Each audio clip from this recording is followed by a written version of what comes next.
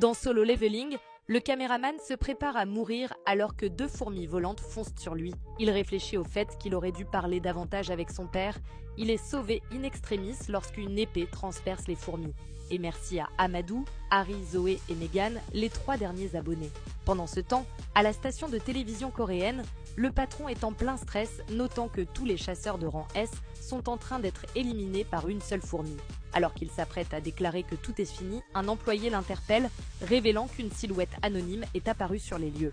Incrédule, le directeur ordonne la reprise de la diffusion en direct, s'exclamant que plus rien ne les arrêtera. De retour dans la caverne, Jin-Woo se tient avec son armée d'ombre.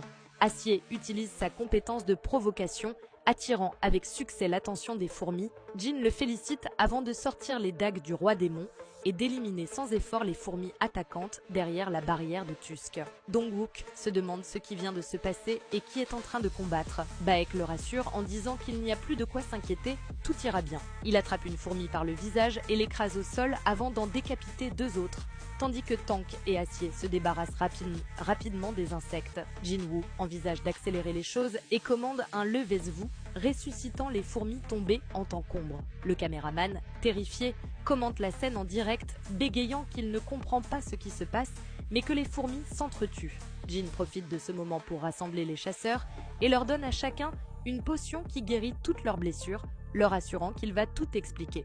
Plus tard, Dong-wook s'interroge sur l'état de la chasseuse Cha, qui ne se réveille toujours pas.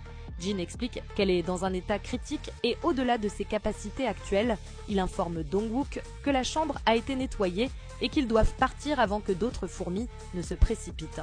À ce moment-là, une fourmi ailée entre en déclarant que l'homme à l'extérieur n'était pas le roi et se demande s'il existe quelqu'un pouvant être un roi. Pris de panique, Baek craint que la fourmi ait réussi à tuer Goto.